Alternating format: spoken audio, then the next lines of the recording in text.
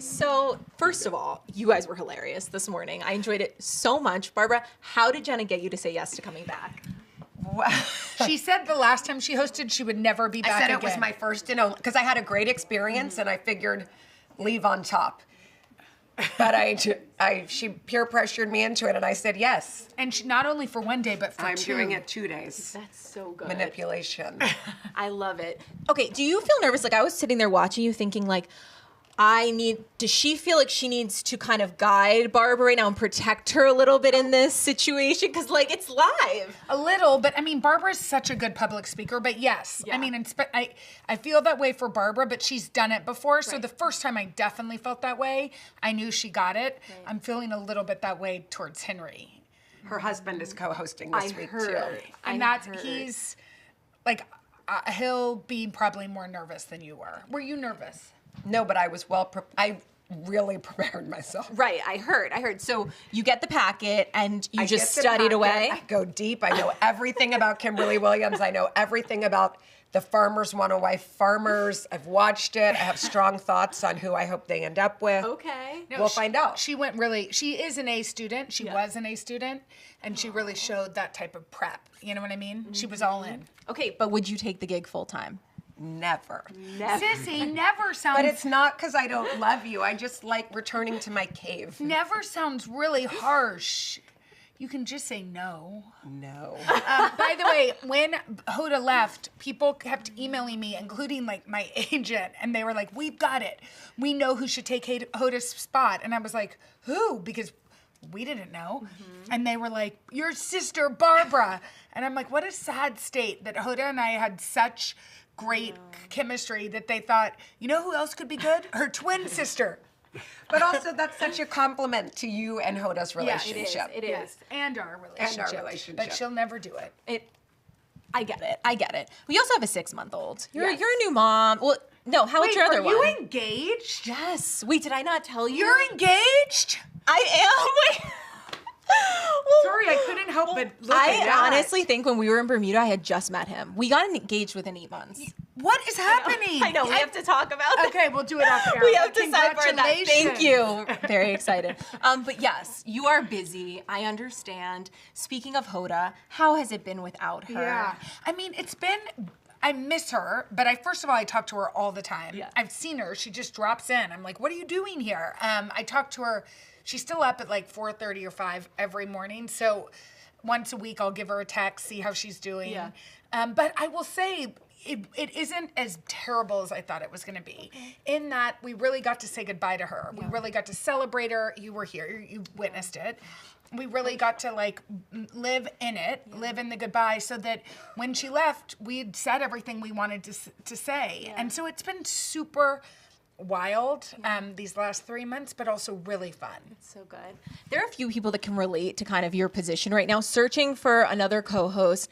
Kelly Ripa did the same thing. Yes. And her husband ended up speaking of family, taking the role. So have you talked to Kelly about this journey? No, but that's a good idea. Yeah. I should talk to her.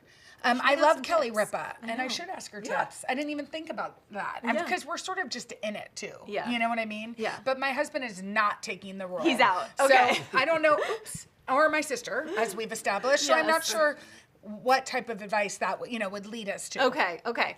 Let's talk about this book. It's so special. It's so beautiful. You are completing the trilogy. Talk to me about why I Love You First was kind of the perfect way to end this. Yeah. Well, we've written about sisterhood in many of its forms. All we know is each other and the world with each other in it. And then we felt like we'd said all we could say about sisterhood, but we had both become moms and have our kids grown up together. And I Loved You First is about our love for our children, and in many ways inspired by our parents' love for us. And so it felt like the right book for us at this moment in our lives when I have a new baby. And the thing that I want for him every single night is to go to sleep knowing how much I love him. And that's what this book is about. And it's equally for babies or little kids as much as it is for parents, because we love those types of books as parents that kind of make us want to tear up, that remind us what a privilege it is to get to be moms. And that's what this book is. Despite quite big lives your parents had and led, how did they really prioritize you and make you feel loved? Yeah. Well, they were so active in our lives. We had dinner with our parents every single night of our childhood. They read to us every night of our childhood, both our mom and our dad. And they showed up for us in all the ways that meant something to us in elementary school and middle school, that their presence is what I think we're both inspired by in the way that we raise our own kids. Yeah. And I feel like people are kind of surprised. Like people will be like, you had an extraordinary childhood. And of course we did have moments that were extraordinary. Our grandfather was president and then our dad. But we also had like a really normal childhood. And our parents were, my dad didn't become president until we were 18. So therefore like all our really formative years, they were around and made it a priority to be there. And not just like be present, but actually be with us. And it was pretty fun. Yeah.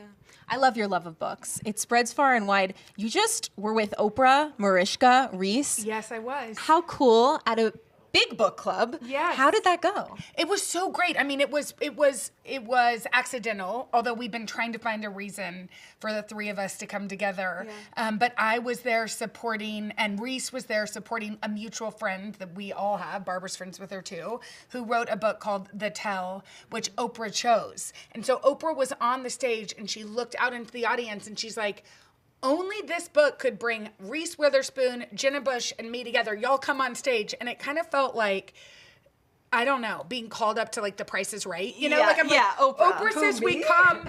I'm like, dang, I should have worn my heels, you know? But it was, I mean, Oprah has been such a force in literacy. And I was in high school when I would go, and you probably remember this, both of us would, go to Book People in Austin, Texas, which was our local bookstore, and look for what Oprah had recommended. I remember reading Snow Falling on Cedars because she recommended it. So I think Reese and I were just like, all hail the queen, so cool. You know? Can we get Oprah as a guest host here? We're working on putting that. it out in the universe. Oprah, please. Let's get Oprah. her.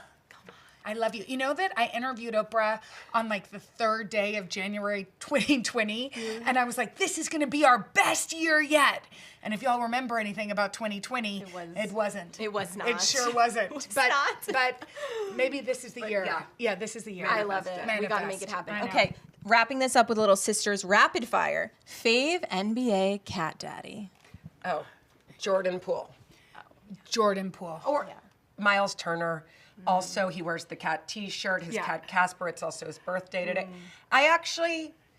I can't answer this. All the NBA cat daddies, we love them. She loves them. They're all like, isn't it a strange combo? Who knew that NBA... Not strange. I don't know. Perfect. Okay, I love... Perfect. It's perfect. You guys are so funny. Who is the family favorite? Me. Barbara, that is not true.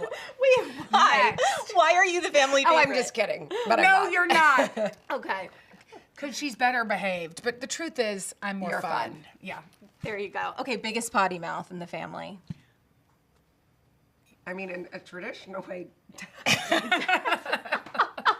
Probably our dad. I love the honesty. Hopefully he doesn't see this.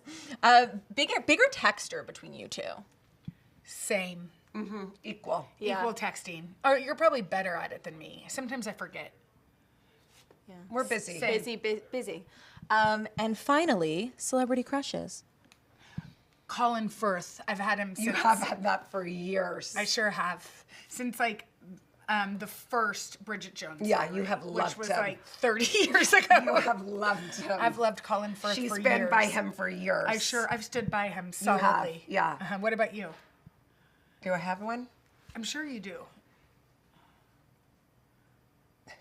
You definitely do. It's just not coming to It's you not right now. coming to But me. when you walk away from this, Come on. it's going to come right to 3, you. 2, Yep. 1. Blank. Jonathan Taylor Thomas. No, Blake Shelton? JTT. Oh, Blake Shelton. Oh, I love Blake Shelton. I love Blake With him Shelton. in Nashville. There you go. Thank Love you it. for that. Yeah. Thank you, ladies. Thank you. I loved You're catching so up with Thank you. you.